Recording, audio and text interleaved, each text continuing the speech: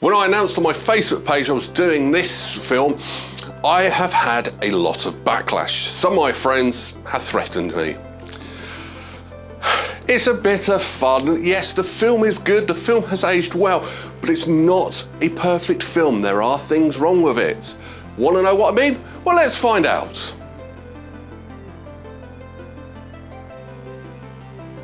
The Nightmare Before Christmas, also known as Tim Burton's The Nightmare Before Christmas, is a 1993 American stop-motion animated musical dark fantasy holiday film directed by Henry Selick. It tells the story of Jack Skellington, the king of Halloween Town, who stumbles upon Christmas Town and becomes obsessed with celebrating the holiday. When the film was released, it got so much critical and financial success that it's become a cult classic. But because it's a cult classic, it does not mean it's a perfect film, and there are things wrong with it. So join me as I discuss 10 things wrong with The Nightmare Before Christmas. Number 10, director. So I'm going to start off with something that's not actually the film's fault, it's everybody who's a fan of this film. Now, true hardcore fans will know this, but casual fans won't know this, but this isn't actually a Tim Burton film. Yes, he came up with the concept, yes, he had input in the story, and yes, he produced it, but he didn't make the film. He was too busy making Batman Returns when this was being made. He actually had very little involvement in the actual proper making of this film. Now, there were some things cut because he didn't like it, but it's not a Tim Burton film. It actually goes down to Henry Selick. Now, this is where it goes wrong, because Henry Selick knew it was a Tim Burton passion project. He knew Tim Burton wanted it, so he's made this film in a Tim Burton style. Yeah, that was your downfall, mate, because everyone now thinks this is a Tim Burton film. It's not a Tim Burton film. Number 9, what film is it? Strange enough, this has come across from a conversation I have actually had at work. Is this a film, a Christmas film? Or is it a Halloween film? Is it both, or should you watch it in November smack in the middle? I like the fact it raises this question, but the fact that it raises this question actually means it's wrong. You want to know whether it's a Halloween film, a kid's Halloween film, or is it a Christmas film? Pick one or the other. Don't make us choose. Number 8, Danny Elfman. Danny Elfman, do you know what? I actually really do appreciate and like Danny Elfman's work. He's not as up there as in John Williams or James Horner, but he should be. And I am a big fan of Danny Elfman's work. That being said, even by 1992 when this film was being made, in 93 when it was being finished off, he has some clout. So why couldn't Danny Elfman get some professional singers? Because Danny Elfman sings a lot of the songs himself. This film wasn't on a tight budget. It had money. You could have afforded to pay someone, but Danny Elfman decided to do all Jack Skellington songs himself. Luckily it worked, but the fact that the composer of the film sings is wrong. Number 7, other towns. Now this is always bugged me ever since I first saw this film when I was a kid, but why don't the other towns know about each other? They have calendars, so they know what goes on for the rest of the year. They think we've got to be quiet for the whole year except for this one day. Has never anyone looked at a calendar and said, what's Thanksgiving? What's Christmas? What's Easter? You would think that these towns would know about each other. You would think Halloween Town would know about Thanksgiving. They would know about Christmas, because they are the two holidays that follow. It doesn't, I know it's a kid's film and I know I'm being ultra nitpicky, but hey, that's what I do. Number 6, Jack's Appendages.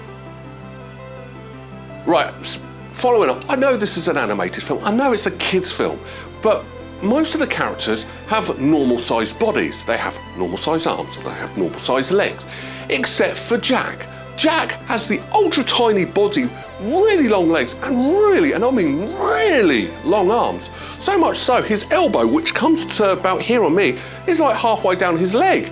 He can touch his knee without actually moving. Hang on, look. I have to either lift my knee up or bend over to touch my knee, but he can just do that to his knees. He's the only character that applies to. I mean, Oogie Boogie is basically a pillow, and everyone else has normal-sized appendages. So why was Jack the odd one out and being made really long, thin, but a short body? Number 5, disappearing holes. Now, somebody who watches and nitpicks films, this stuck out like a sore thumb. So when she's trying to poison Dr. whatever the hell his name was, she picks up a spoon with holes in so the poison soup goes back through. Fine, I sort of understand that. So when she puts it up to her mouth and tries drinking it, where'd the holes go? When she puts the spoon back, the holes are there, but the holes disappeared. Now this is a stop motion animation, so it's a physical model, so what, do they take the spoon out and put a real spoon back? There's no reason for it. It was shoddy workmanship, which is quite surprising for this film. Number 4, baths. So one of the funniest characters is the trick-or-treating trio. Now they're quite funny, you don't quite trust them, even Jack doesn't trust them that much because he knows they work for the Oogie Boogie. Fine, it's really weird me saying all of this. Now, how do these kids travel? Because they're charged with abducting Santa Claus, even though they start off kissing the Easter Bunny. How do they travel? Well, they travel in a bathtub. And that's the bit I've got an issue with, because anyone who has children knows how hard it is to get a child into a bath. Seriously, I have teenagers, they don't like baths. You have to bribe them to get them at least into the shower. Children don't like baths, and yet these 3 kids, who probably don't take a bath, travel in a bath. Very ironic and very wrong. Number 3, why is Santa bald? Now, not every single incarnation, but majority of Santa Claus, he has a big white bushy beard, which he does in this film. And he has this big bushy white hair, which he doesn't in this film. Why did they make Santa bald? They didn't have an issue with hair. There's hairy characters in this film. Why did they make Santa bald? Didn't like it. Santa has hair. He has lots of white, fluffy hair. He's not bald. Number 2, Santa's list. So everybody knows that Santa checks his list twice to see if you've been naughty or nice. Okay, no problem. I'm glad they put that in this film. But why is he checking it after he's already, loaded his sleigh? Oh, we've made a mistake. We're going to have to take everything off, lads. Sorry, Santa, you're making yourself have more work. You should have been sat at your desk checking everything. But not after you've loaded your sleigh up. You're just causing more work for yourself, Santa. You've got enough to do by travelling the world in one night, which is not really scientifically possible, but you've got magic to do it. Maybe that's how you sort your sleigh out as well. Number 1, guns. So a film about Christmas has lots of guns, lots and lots of guns. They're all trying to take down the fake Santa Claus.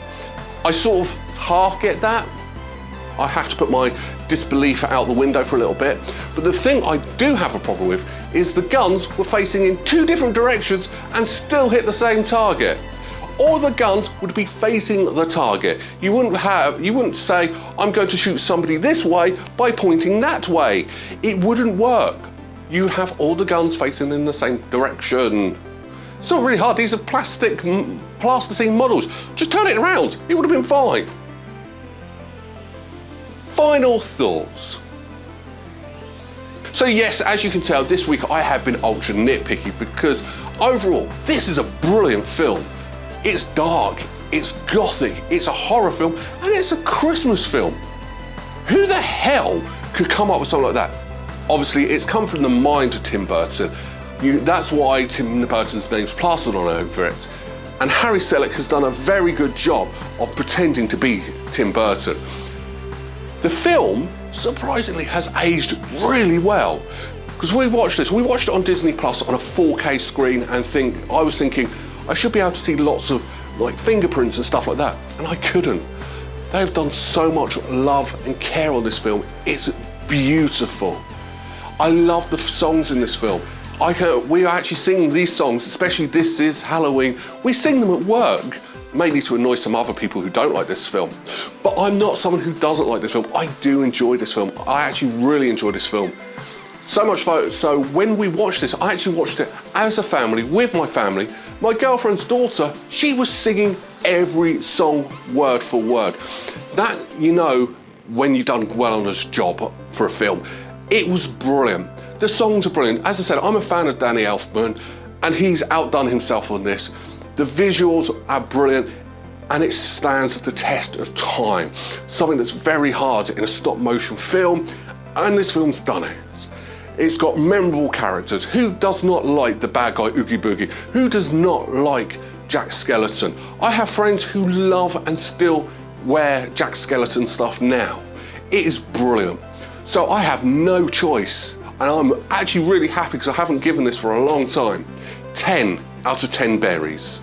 Yep, this film is joining the 10 out of 10 club. And it's not a Disney film. Oh, wait, it is a Disney film. Only Disney seem to get 10 out of 10s on my channel.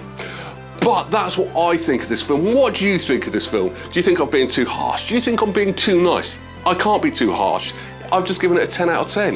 But let me know of your thoughts in the comments below. On to next week.